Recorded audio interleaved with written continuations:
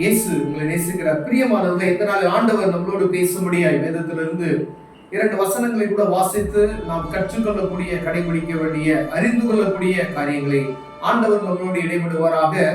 அது மத்தேயுவின் புஸ்தகம் 17வது அதிகாரம் 15வது வசனம் 16வது வசனம் இப்படியாக சொல்லுது. ஆண்டவரே, என் மகனுக்கு இறங்கும், அவன் சந்திர ரோகியாய் கொடிய வேதனைப்படுகிறான், அடிக்கடி தீயிலும் அடிக்கடி ஜலத்திலும் விழுகிறான். அவனை உம்முடைய சீசர்களிடத்தில் கொண்டு வந்தேன், அவனை சொஸ்தமாக்க அவர்களால் கூடாமல் போயிற்று என்றான். பிரியமானவர்களே, கர்த்தரை அறிந்து கொண்ட பிள்ளைகளுக்கு, இயேசுவை சொந்த இரட்சகராய் ஏற்றுக்கொண்ட கிறிஸ்தவர்களுக்கு ஆண்டவர் பேசுகிறதாவது, உங்க குடும்பத்துல ஒரு பலவீனம், அடிக்கடி ஒரு காரியம் ஏற்படுகிறது, அது தொடர்ந்து அடிக்கடி நடக்கிறது என்றால் உடனே நீங்க தேவ சமூகத்துக்கு போக முடியாது. ஆண்டவர் உங்களை துரிதப்படுத்துகிறார் என்பதை நீங்கள் மறந்து போய்விடக் கூடாது. ஒருவேளை ஊழியக்காரங்கள்ட்ட கொண்டு போகலாம். அப்ப பாருங்க, அவர் உங்க ஊழியக்காரங்க உங்களுடைய சீசர்களிடத்தில் கொண்டு போனோம், அவர்களால் என்ன செய்ய முடியல, சுத்தமாக்க முடியவில்லை என்று அந்த தகப்பனார் சொல்லுகிற காரியத்தை பார்க்க முடிகிறது. பிரியமானவர்களே, கர்த்தருடைய பிள்ளைகளுக்கு வரக்கூடிய இக்கட்டான சூழ்நிலைகள், நெருக்கங்கள், வேதனைகள், அவர்களை சூழ்ந்திருக்கிற அநேக பிரச்சனைகள், அடிக்கடி ஒரு சமாதான குறைச்சல், அடிக்கடி ஒரு சமாதான குறைச்சல், அடிக்கடி ஒரு பிரச்சனை, ஏதோ ஒரு காரியம், அடிக்கடி கீழே விழுகிறது, அடிக்கடி ரத்தம் சிந்துகிறது, அடிக்கடி வியாதிப்படுகிறது, இப்படிப்பட்டதான சில காரியங்கள் பிசாசானவன் கொண்டு வருகிறான் என்பதை நாம் ஒரு நாளும் மறந்து போகாதபடி எச்சரிக்கையாக இருக்கும்படி ஆண்டவர் உங்களோடும் என்னோடும் பேசுகிறார். பிரியமானவர்களே, ஆண்டவராக இயேசு கிறிஸ்து தன் சொந்த குமாரன், பிதாவானவர் தன் சொந்த குமாரன் பாராமல் நம்முடைய பாவங்களுக்காக என்ன செய்ய விலைக்கிரயமாய் அவரை நமக்கு கொடுத்திருக்கிறார். பிரியமானவர்களே, அப்படியானால் நீங்க ஒரு ஊழியக்காரட்ட போறீங்க, ஆண்டவர் அவங்களுக்கு அவங்க மூலமா செய்கிற அற்புதங்கள், அநேக அற்புதங்களை அவர் செய்வார்.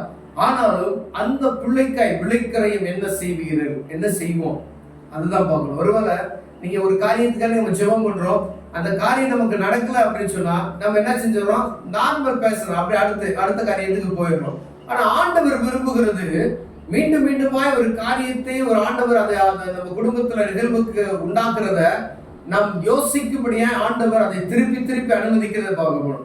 அப்ப நம்ம எச்சரிக்கையா இருக்க முடியாது. தேவ சமூகத்துக்கு போய் முழங்கால்களை முடக்கி ஆண்டவருடைய சமூகத்துல கதறக்கூடிய ஒரு காரியத்துக்காய் ஆண்டவர் அதை வைக்கிறார் என்பதை நாம் மறந்து போகாதபடி எச்சரிக்கையா இருக்கும்படி ஆண்டவர் பேசுகிறார். பிரியமானவர்களே, உங்க குடும்பத்துல அப்படி இருக்கலாம், என் குடும்பத்துல அப்படி இருக்கலாம், ஏதோ ஒரு காரியம் உங்களோட ஆண்டவர் பேசிக் கொண்டு இருக்கிறார்.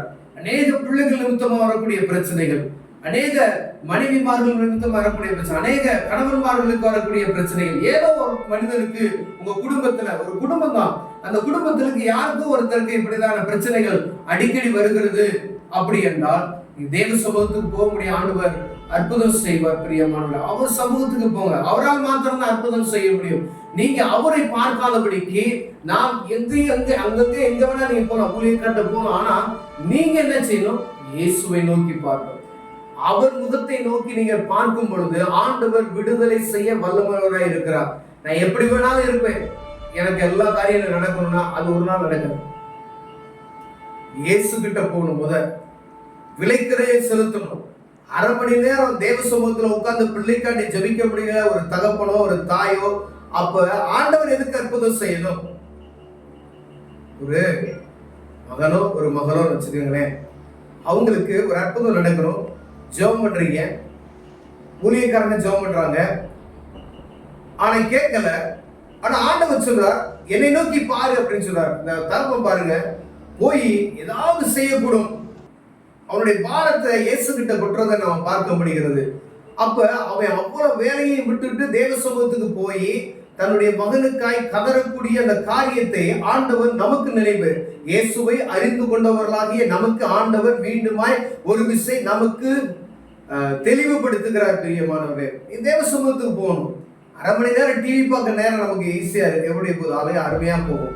1/2 மணி நேரம் புறணி பேசுவதற்கு நமக்கு என்ன செய்யும், ஈடா போகும்.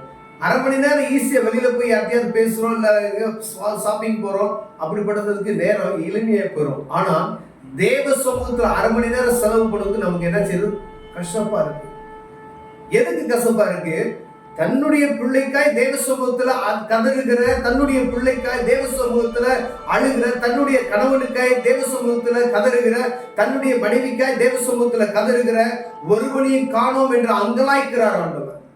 உங்க குடும்பத்துக்கு, உங்க பிள்ளைக்கு, உங்க இனஜன பந்துக்கு அரை மணி நேரம் உங்களால செலவு பண்ண முடியலன்னா ஆண்டவர் எப்படி உங்களுக்கு உதவ முடியும்? கர்த்தருடைய பிள்ளைகளுக்கு ஆண்டவர் பேசுகிறார். நான் சொந்த ரட்சகராக இயேசு கிறிஸ்துவை பெருமிதப்பட்டுக் கொள்வதில் ஒன்றும் செய்ய முடியாது. அவருக்கு தெரியும் ஆண்டவர் அற்புதம் செய்ய வல்லமை உள்ளவர் என்பதை. ஆனா ஆண்டவர் அற்புதம் செய்வான்னு சொல்லிட்டு நம்ம பாட்டுக்கு உட்கார்ந்துருந்தோம்னா எப்படி அற்புதம் செய்வார்? அந்த காரியத்தை குறித்து ஒரு மனபாரம், ஒரு மன வேதனை வரணும். அப்படி வரும் பொழுது ஆண்டவர் அந்த காரியத்தை கண்ணோக்கி பார்ப்பார். அதிலிருந்து ஒரு விடுதலையை கொடுப்பார். பிரியமானவர்களே, ஒருவேளை உங்களோட ஆண்டவர் பேசிக் கொண்டு இருக்கிறார். இந்த மாதிரி ஒரு சூழ்நிலையில் நீங்க இருக்கீங்க, உங்க வீட்டுல ஏதோ ஒரு பிரச்சனை இருக்கு, அடிக்கடி வருது அப்படின்னா, நீங்க ஏதோ சாதாரண ஜெபம் பண்ணிட்டீங்க, நீங்க ஏதோ காலையில எந்திரிச்சு ஒரு 5 மினிட்ஸ் நீங்க ஜெபம் பண்ணிட்டீங்க, நைட்டு ஒரு 5 மினிட்ஸ் நீங்க ஜெபம் பண்ணீங்கன்னா அந்த ஜெபம் கேட்கப்படாது.